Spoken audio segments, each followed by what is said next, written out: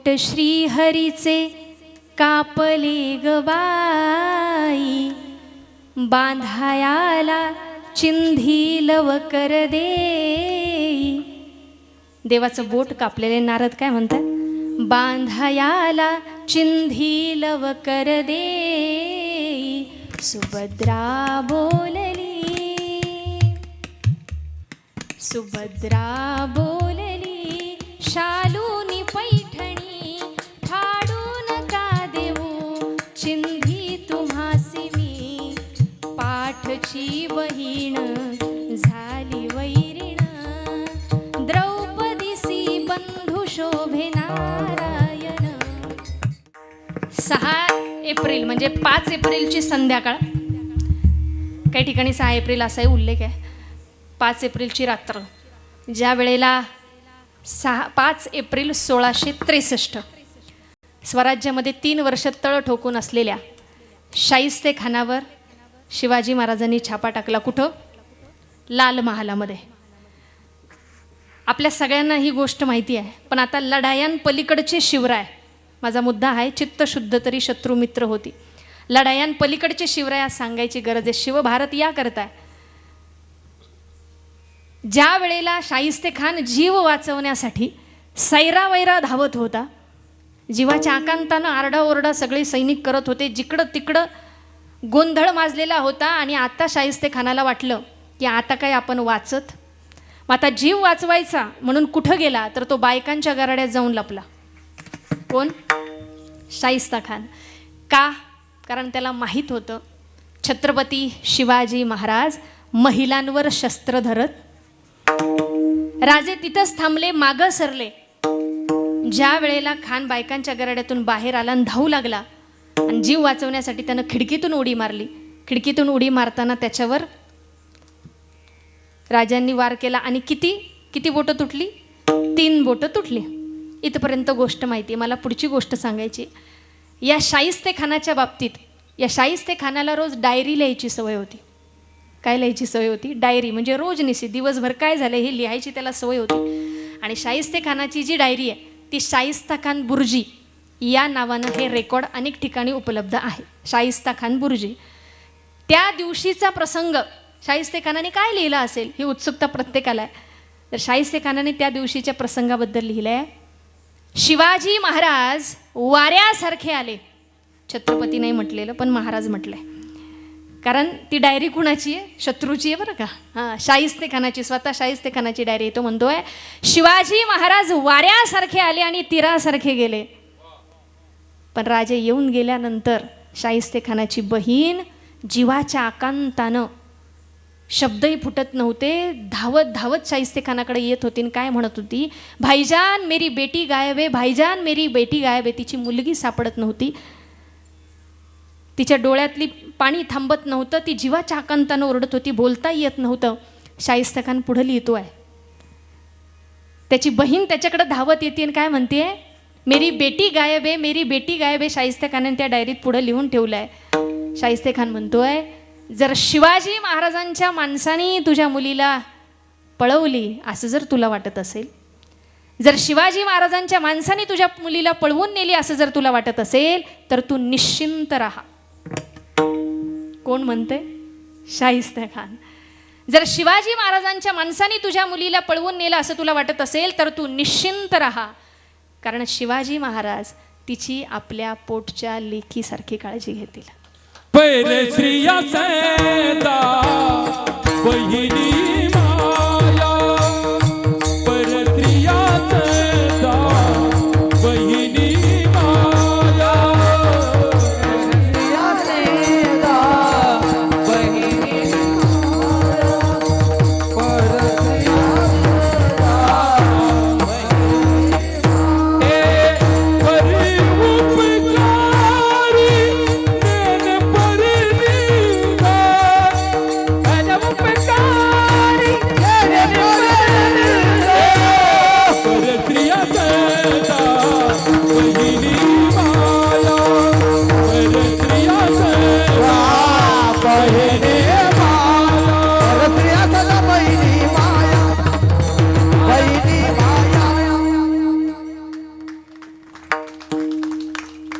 शत्रूला सुद्धा राजांच्या चारित्र्याबद्दल 100% विश्वास होता. शत्रूलाही आपल्या चारित्र्यावर विश्वास वाटावा असं चारित्र्य होतं राजांचं. नावात 3च अक्षर आहेत, पण काही जादू आहे 3 अक्षरांची. काय रसायन या 3 अक्षरांचं. ही जादू हे रसायन या 3 अक्षरांचं नाही आहे, तर त्या 3 अक्षरांचं नाव धारण केलेलं जे उदात्त निरामय चरित्र आणि चारित्र्य, त्याची ती जादू आहे, त्याचं ते रसायन आहे.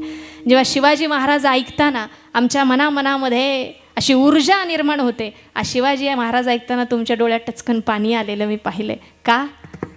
कारण लढायांपलीकडचे शिवराय आम्हाला या अर्थानं कळतात. आणि ती शाहिस्तेखानाच्या बहिणीची मुलगी कुणी पळवून बुळवून नेलेली नव्हती. तीच घाबरून एका भल्या मोठ्या पिंपात लपून बसलेली होती. हे नंतर कळालं. हेही त्यानं तिथं नमूद केलेलं आहे. सांगायचं तात्पर्य हे, चित्त शुद्ध तरी शत्रू मित्र होती. हे सांगताना चित्त, चारित्र्य ह्या सगळ्या गोष्टी, त्या भावभावना त्याच्याशी जोडल्या गेलेल्या आहेत. ज्या परंपरेचे आम्ही आहोत, ज्या भूमीमध्ये तुकोबाऱ्यांची विचारधारा जिवंत आहे, अशा भूमीमध्ये आम्ही बसलेलो आहोत. आणि म्हणून या विचारांचा विचार जर केला तर मला वाटतं नवविधा जी भक्ती आहे, 9 प्रकारची जी भक्ती, श्रवणम, कीर्तनम, विष्णू स्मरणम, पादसेवन, ही सगळी भक्ती आपल्याकडून घडेल.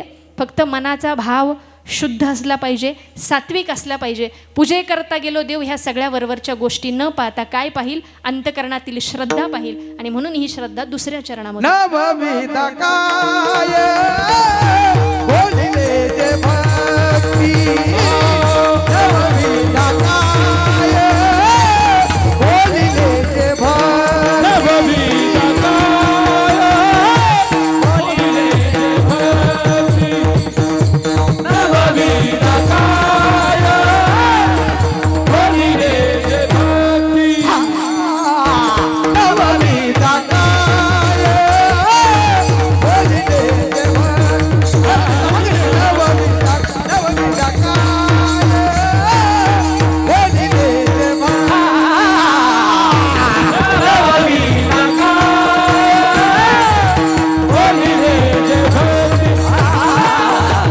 नवविधा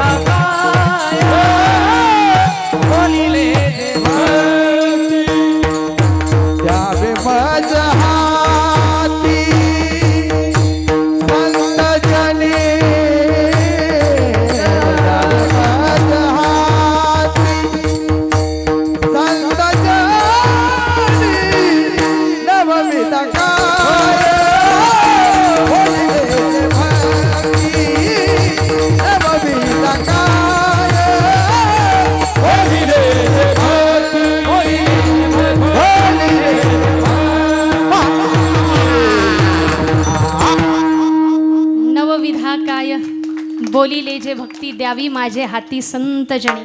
ही भक्ती आम्हाला नात्यांमधून करता यावी. ही भक्ती आम्हाला वेगवेगळ्या अर्थानं, आता कुणाची भक्ती कुठल्या अर्थ, आम्ही आता तोंडानं बोलतोय, सगळी मंडळी गात आहेत साथ देणारी, आणि ही 2 मंडळी जी आहेत बाजूला ती फक्त बोटांनी बोलत आहेत. बरोबर ना? आम्ही ओठांनी बोलतो, पण ते कशी बोलत आहेत? बोटांनी बोलत आहेत. त्यामुळे भक्ती कुठल्या कुठल्या वेगवेगळ्या मार्गाने, फक्त ती भगवंतापर्यंत पोहोचली पाहिजे. आणि ते नातं देवाचं आणि भक्ताचं जोडलं गेलं पाहिजे. देवते संत, देवते संत, निमित्त त्या प्रतिमा, ती प्रतिमा आणि ती ओळख भगवंताची. आणि 9 दिवसामध्ये 9 दिवस देवी आईची आराधना करत असताना, आदिमायेच्या रूपानं तिच्याकडं पाहत असताना, जेव्हा भजनामध्ये दंग होऊन जातो, ते सगळं काही ऐकत असताना मी म्हटलं की श्रद्धेच्या बद्दल, भावाच्या बद्दल, भक्तीबद्दल मला बोलायचं आहे. आणि ही भक्ती, आता द्रौपदीचं उदाहरण मगाशी मी दिलं, आवर्जून सांगितलं पाहिजे. जुन्या काळातल्या माता माऊल्या म्हणायच्या, वाटच्या वाट सरा काय बघतो खेड्याला, अन सोन्याचं कुलूप माझ्या बंधूच्या वाड्याला. ती म्हणते भावाची झोपडी जरी असली तरी ती काय म्हणते, सोन्याचं कुलूप माझ्या बंधूच्या वाड्याला. आता जेवढे चेहरे आता असे सुकलेले होते ना, असे प्रफुल्लित झाले बघा ना तुम्ही. भावाचं नाव घेतलं की किती असं भरून येतं की नाही बहिणीला. आणि मग द्रौपदीचं उदाहरण मी त्याकरता दिलं. आजचा काळ सगळा सोशल मीडियाचा आहे, त्यामुळे असं ते अशी माहिती धडाधड आमच्यावर येऊन आदळते की काही विचार करायलाच वेळ मिळत नाही. काही काही लोक मोबाईलमध्ये एखाद्याचा नंबर शोधायला जातात आणि हेच विसरत आहे की आम्ही मोबाईल हातात का घेतला. होतंय का असं प्रत्येकाचं? होतंय का? कारण अति माहितीचा पूर आलेला आहे, रील्सचा काळ आलाय, अटेन्शन स्पॅन कमी झालाय. चला पुढं. एक जण गेला डॉक्टर म्हटला हे थोडंसं दुखतंय म्हणे अंगठा. आणि काय झालं म्हणे फार दुखते म्हणे. 2 दिवस मोबाईल बाजूला ठेवा, येईल जागेवरती. का म्हणे तुम्हाला एक आजार झाला आहे, त्या आजाराचं नाव आहे व्हॉट्सॲप डिसीज. कुठला आहे? व्हॉट्सॲपचा आजार. कारण ते अंगठा दिवसभर चालू असतो, किती तास चालू असतो माहीत नाही. त्याच्यामुळे त्या अंगठ्याचा तुम्हाला थोडा प्रॉब्लेम झाला आहे. 2 दिवस फोन बाजूला ठेवा, सगळं जागेवर येईल. इतकं बदललं आता. फोटोग्राफर जे आहेत ते म्हणतात आमचं भविष्यच नाही राहिलं. का? कारण आता ते जेमिनायचे फोटो एडिशनचं आलं. फक्त तुमचा फेस घेते, चेहरा घेते आणि तुम्हाला हिरोईन बनवते. आमच्या पिढ्यात आता तुम्हाला कुठल्याही जुन्या काळातलं जर हिरोईनसारखं व्हायचं असेल तर फक्त तुमचा तो चेहरा घेतला की तुम्हाला हिरोईन बनवते. सगळं काही कृत्रिम सगळं आलेलं आहे, आर्टिफिशियल सगळं. तुम्हाला काही गरजच नाही. म्हणजे सगळे जॉब रिप्लेस केलेत AI-नं. कम्प्युटरच्या क्षेत्रामध्ये सुद्धा मोठ्या मोठ्या कंपन्या आहेत. आता तुम्ही बघितलं की बरीचशी मंडळी आता अमेरिकन ड्रीम जे आहे त्याचा उदय झाला होता, आता अस्त झालं की काय. तर पुन्हा एकदा सगळेजण मागे यायला लागलेत, पुन्हा मायदेशी यायला लागलेत. त्याच्यामागं बाकीची कारणं आहेत की आता मशीन्स आमची कामं करू शकतात, त्यामुळे आम्हाला माणसांची गरज नाही, असं आहे. यामुळं आता हे सांगावं लागेल. हे सगळं होत असताना, द्रौपदीचं उदाहरण मी दिलं, हे सगळं असताना मात्र बऱ्याचदा सख्या नात्यांना जोडलं गेलं पाहिजे. हे आजच्या कार्यक्रमातून, वेगवेगळ्या कीर्तनातून, व्याख्यानातून मी सांगत असते. पण त्याच्या पलीकडं मानलेली नातीसुद्धा असतात. ही नाती जपायचा प्रयत्न झाला पाहिजे. तरच हा काळ, जो सुवर्ण काळ आम्हाला लाभला, तो आम्हाला पुढच्या पिढ्यांना देता येईल. तुम्ही म्हणाल कसं काय? मगाशी मी भावाची आठवण काढली म्हणून. द्रौपदीचं उदाहरण सांगता मला आठवण झाली की मग त्या सोशल मीडियाबद्दल मी बोलले की ऐकता छान काहीतरी कानावर पडलं की ऐकत राहावं असं वाटतं. कसं? भरजरी ग पितांबर दिला फाडून, द्रौपदीसी बंधू शोभे नारायण. द्रौपदीला देव भाऊ म्हणून का शोभले? मानलेला भाऊ असतो, मानलेली बहीण असते, बरोबर ना? मानलेली आई, मानलेला बाप अशी नाती नसतात. पण मानलेला भाऊ आणि बहीण जगातल्या समृद्ध नात्यांपैकी एक असलेलं नातं आहे. म्हणून मानलेली नाती किती महत्त्वाची. आता ह्या 2 ओळी ऐकायला गोड वाटतात, पण त्या गोड का वाटतात याचं कारण पुढच्या ओळींमध्ये. सुभद्रा कृष्णाच्या पाठची बहीण, विचाराया गेले नारद म्हणून. सुभद्रा कोण आहे? पाठची बहीण. म्हणून कोण गेले तिला विचारायला? नारद. काय विचारायला गेले? बोट श्रीहरीचे कापले ग बाई, बांधायाला चिंधी लवकर देई. देवाचं बोट कापलेले नारद काय म्हणतात? बांधायाला चिंधी लवकर देई. सुभद्रा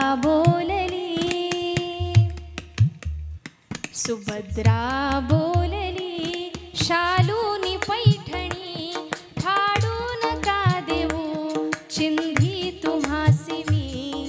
पाठची बहीण झाली वैरीण, द्रौपदीसी बंधू शोभे नारायण.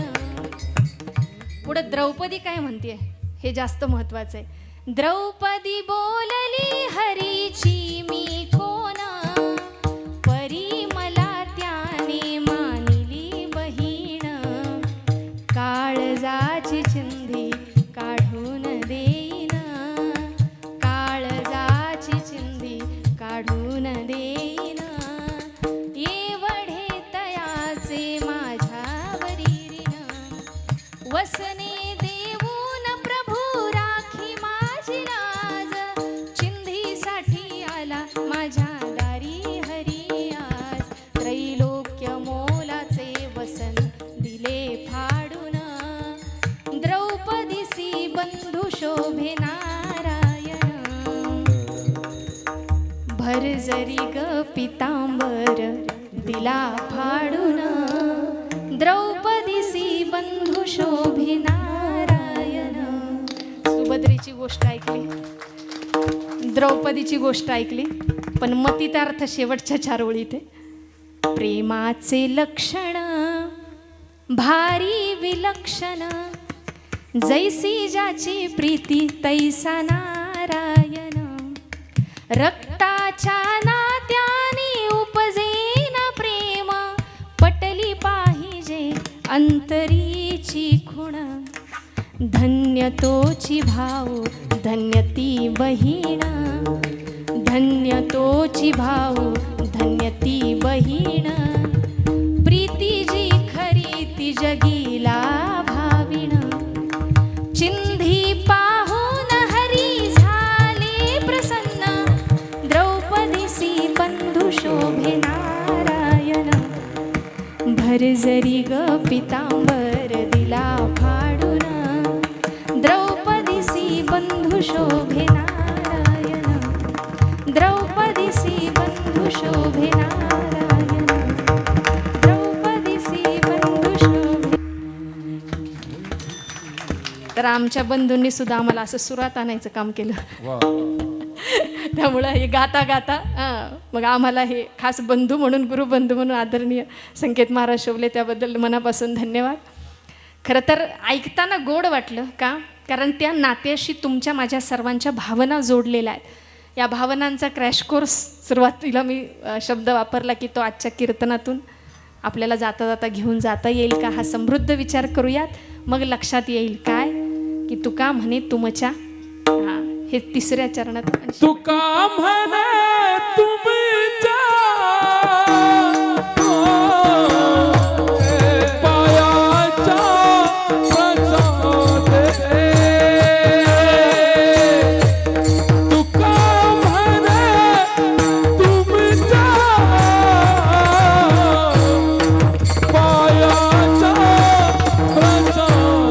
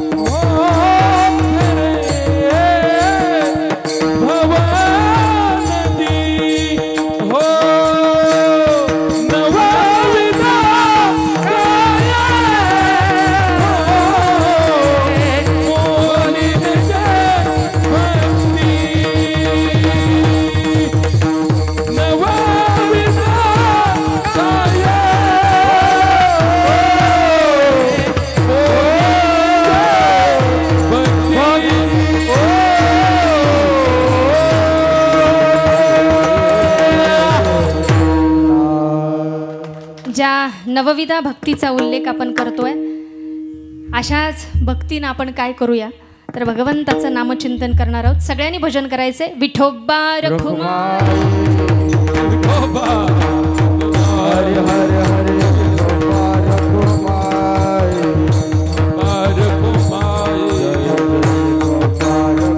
हरि जय जय विठोबा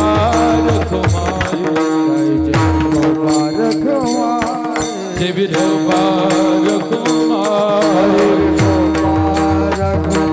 जय विठोबा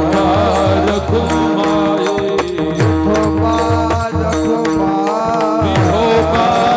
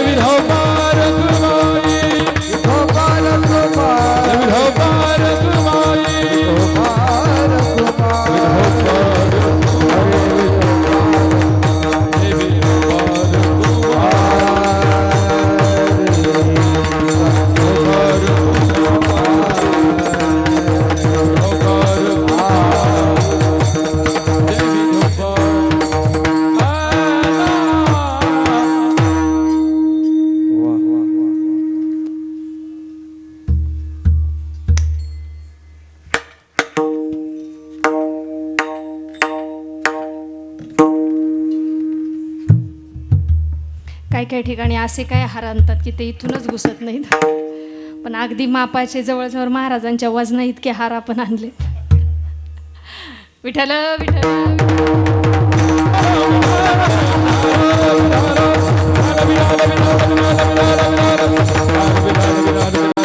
तुमची ये दासीचा दास करुणी ठेवा, आशीर्वाद द्यावा हाची मज.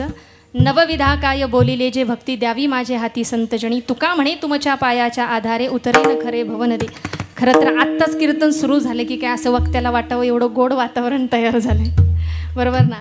आणि बऱ्याचदा श्रोता कसा आहे याच्यावर बरंचसं अवलंबून असतं. म्हणजे वक्त्याचं आणि समोर 5 लोक बसलेत की 5,000 याच्यापेक्षा जास्त महत्त्वाचं काय तर वक्त्याच्या बोलण्याला आणि श्रोत्याच्या ऐकण्याला वैश्विक आयाम आला पाहिजे, हे जास्त महत्त्वाचं आहे. आणि असे कानसेन इथं तयार झालेले आहेत. म्हणजे किती तुम्ही असं छान छान बोलायचा प्रयत्न करा, ते तितक्या आत्मीयतेनं ऐकणारी समोर मंडळी. आणि त्यातल्या त्यात माझ्या महिला भगिनी एवढं गोड ऐकतायत आणि त्यांना पाहून फार समाधान वाटलं. खरं तर 11वर तो काटा असा घड्याळाचा गेलेला आहे, 12पर्यंत पोहोचलेला आहे. वेळेची मर्यादासुद्धा मला आहे, परंतु तुम्हा सर्व मायबाप श्रोत्यांचं दर्शन झालं आणि खूप समाधान वाटलं. खूप छान आपण मागच्या काही वेळामध्ये ऐकलं, त्याबद्दल मनापासून धन्यवाद. आणि एक इच्छा मी मागच्या वर्षी व्यक्त केली की नाही माहीत नाही, पण 9 महिला कीर्तनकार, वर्ष 13वं आहे ना, मागच्या वर्षी तपपूर्ती झाली, बरोबर. 9 महिला कीर्तनकार 9 दिवस आणि शेवटी दिवस तर आदरणीय इंदोरीकर बाबा. म्हणजे जवळजवळ दरवर्षी 10 कीर्तन. हां, आज 10, यंदा 10च आहे, नवरात्र असल्यामुळं. तर दरवर्षी हा सोहळा सुरू राहील. महापुरे झाडे जाती तेथे लव्हाळे वाचती, त्याकरता मनापासून शुभेच्छा आहे. पण या शुभेच्छा देताना एक इच्छा अशी मी व्यक्त करेल की पुढच्या वर्षी या सप्ताहाच्या यादीमध्ये आमचं कुणाचं नाव नसलं तरी आमच्या 9 जणींपैकी चालेल, पण चास गावातल्या एखाद्या तरी लेकीचं किंवा सुनेचं नाव असावं. म्हणजे पहिला दिवस, दुसऱ्या दिवसात एखादी तरी महिला कीर्तनकार चास गावातून तयार व्हावी, अशी आम्हा सगळ्या जणींच्या वतीनं इथं मी इच्छा व्यक्त करते. खरं तर बरं नाही कीर्तन जमलं तरी साथीला तरी निदान आमच्या महिला भगिनींनी येऊन उभं राहावं.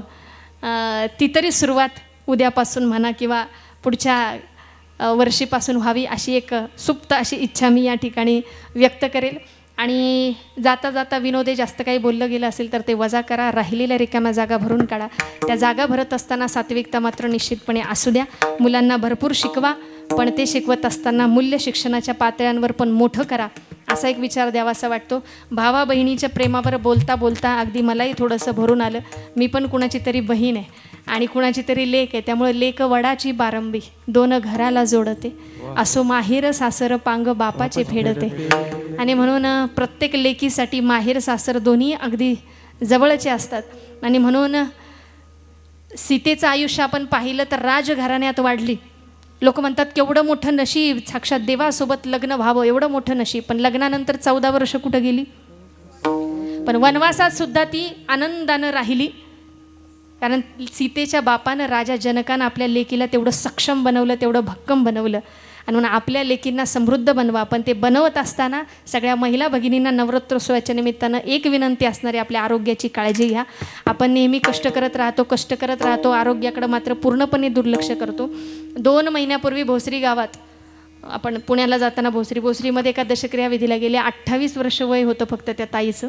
आता इथून गोड गोड बोलणं फार सोपं आहे, खऱ्या गोष्टी सांगणं फार अवघड आहे. आणि मग लक्षात आलं, दशक्रिया विधीचं प्रवचन होतं.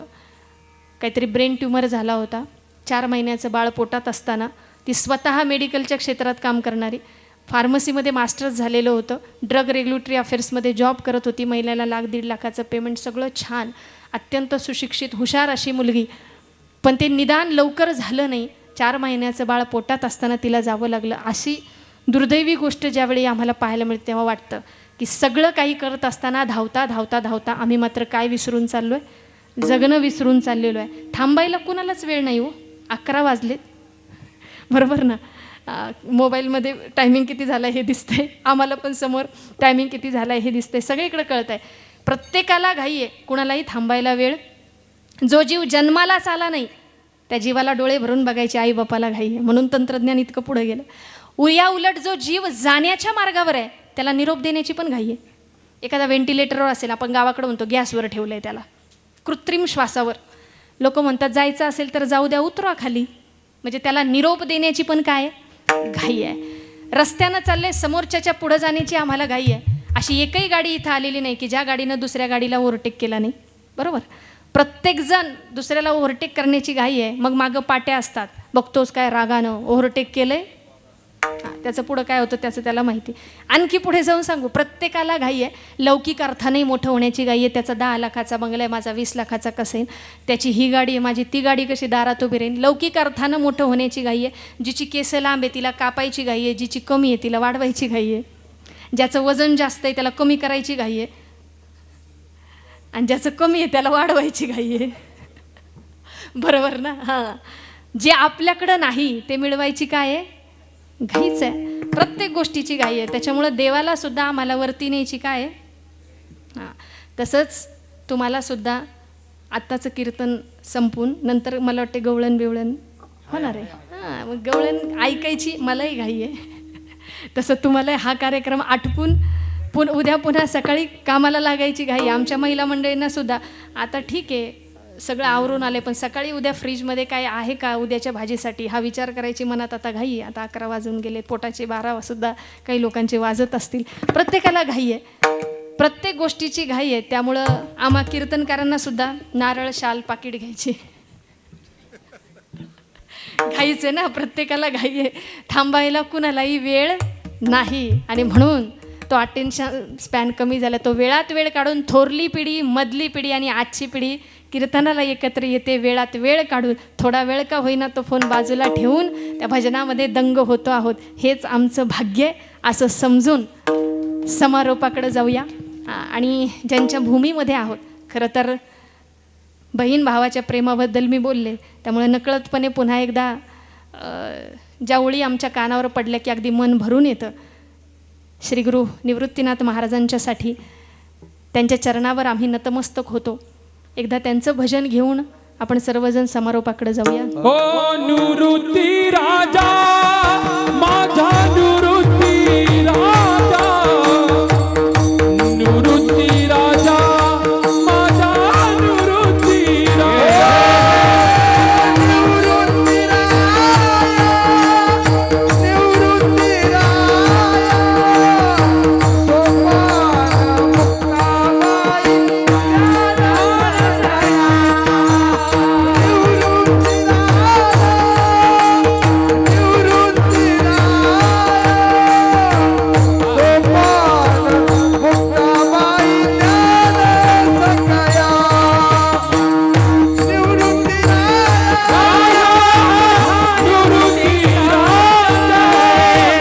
सोपान मुक्ताबाई